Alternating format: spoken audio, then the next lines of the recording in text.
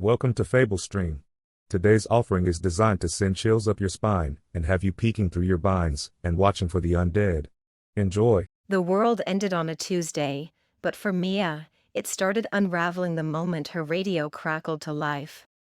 She was holed up in a crumbling gas station on the edge of what used to be Redding, California, her only company a flickering fluorescent light and a backpack stuffed with canned beans and a .38 revolver. The air smelled of stale coffee and rot, the kind that clung to everything since the outbreak 6 months ago. Outside, the world was a graveyard of abandoned cars and shambling corpses. Mia was 19, a college freshman when the first reports of the virus hit. It spread fast, too fast for anyone to understand. One day, she was cramming for a biology exam. The next, her roommate was clawing at her own face, eyes milky and veins black. Mia ran. She'd been running ever since. The radio, an old ham model she'd scavenged from a pawn shop, was her lifeline. Every night, she tuned it, scanning for anything human. Most nights, it was just static. But tonight, at 11:43 p.m., a voice broke through. Anyone out there? Haven, Colorado, safe zone, coordinates 39.7 north, 105.1 west, repeat, safe zone. Mia's heart slammed against her ribs. She fumbled for the pencil stub in her pocket, scribbling the coordinates on the back of a faded receipt. Haven. A safe zone. The words felt like a dream, fragile and impossible. She'd heard rumors of sanctuaries before, military bases, walled towns, but they always turned out to be traps or already overrun. This was different. The voice was steady, calm, human. She checked her map, a tattered thing stolen from a library. Colorado was 800 miles away, a straight shot east through Nevada and Utah. She had half a tank of gas in the beat-up Jeep outside, enough to maybe get her halfway if she was lucky. The rest would be on foot through zombie-infested territory. The revolver had 4 bullets left. Not enough, but it never was. Mia didn't sleep that night. She sat by the radio, listening to the message loop every hour. By dawn, she'd made her choice. Staying wasn't living, it was waiting to die. She packed her gear, drained the last of the gas station's fuel reserves, and hit the road. The first day was quiet, the kind of quiet that made your skin crawl. The highway stretched out like a scar, littered with overturned trucks and skeletons picked clean. Mia kept the Jeep's radio off, her eyes darting to the rearview mirror every few seconds. The infected weren't fast, but they were relentless. You could outrun them, but they'd follow you to the ends of the earth, drawn by sound or scent or whatever hellish instinct kept them moving. By noon, she hit a roadblock, a pileup of cars blocking I-80.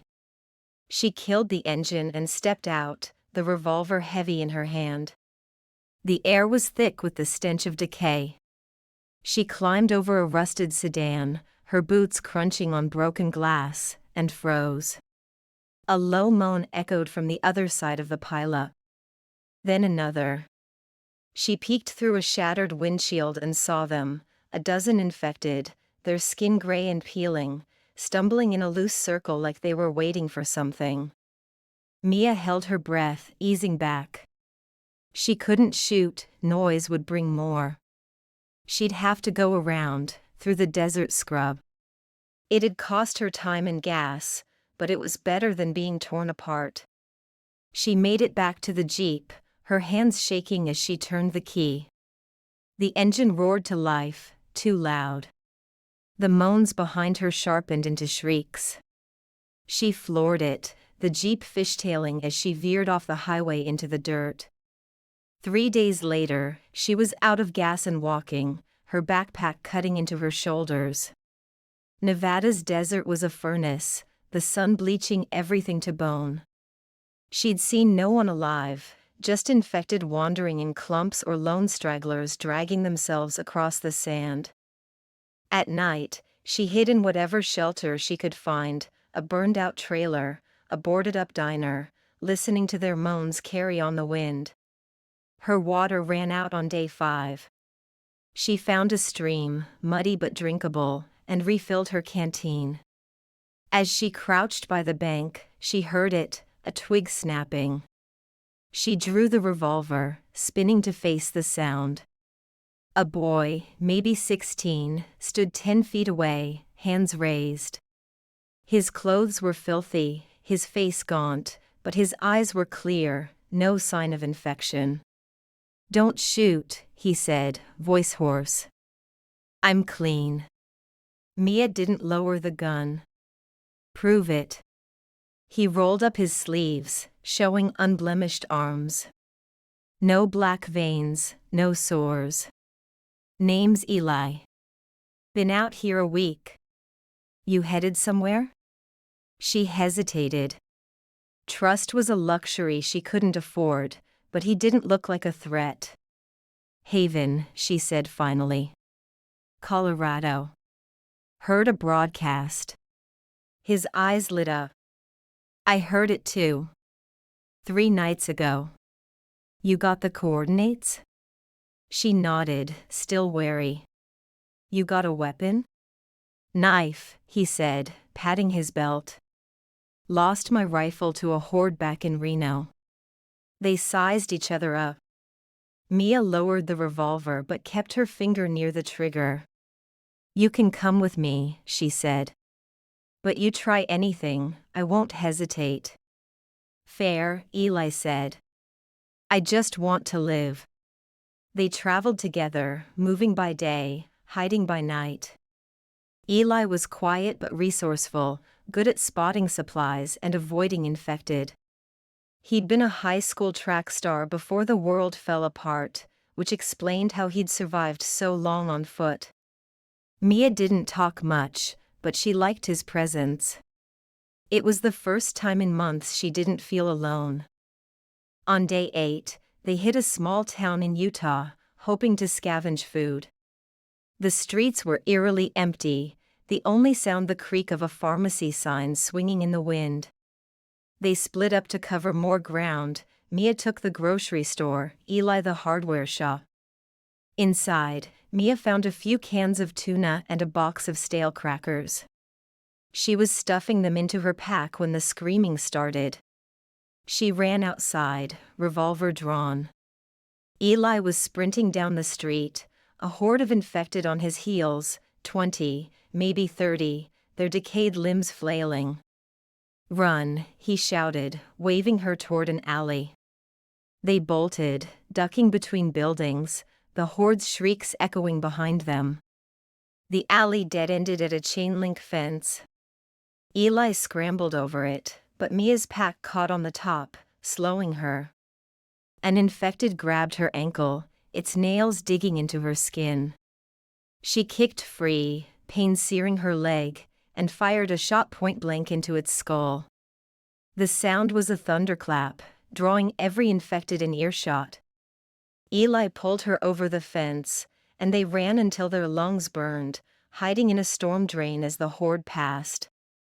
Mia checked her ankle, no bite, just scratches. She was clean, but the revolver was down to 3 bullets.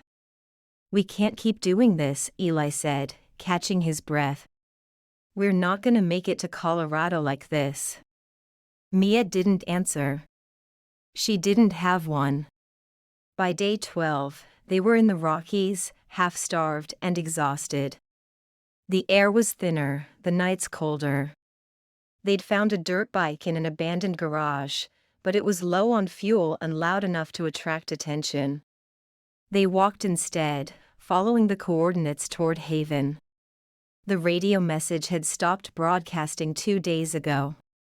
Mia tried not to think about what that meant. She clung to the map, the coordinates her only anchor. Eli was quieter now, his optimism fading. They hadn't seen infected in a day, but the silence felt worse, like the world was holding its breath. On the 13th day, they crested a ridge and saw it, a valley below, ringed by mountains. In the center was a walled compound, floodlights cutting through the dusk. Smoke rose from chimneys, and figures moved along the walls, human figures, not infected. Haven. Tears stung Mia's eyes. She looked at Eli, who managed a weak smile. "We made it," he whispered. They started down the slope, Hope pushing their tired legs. Halfway there, a spotlight swung toward them, pinning them in its glare. A voice boomed from a loudspeaker, "Stop. Identify yourselves." Mia and Eli. Mia shouted, raising her hands. "We heard your broadcast. We're not infected." Silence. Then the voice again, approached slowly. "Keep your hands up." They obeyed, hearts pounding. The gates were steel, reinforced, the kind that could withstand a horde. As they got closer, Mia saw the guards, armed, armored, their faces hard but human.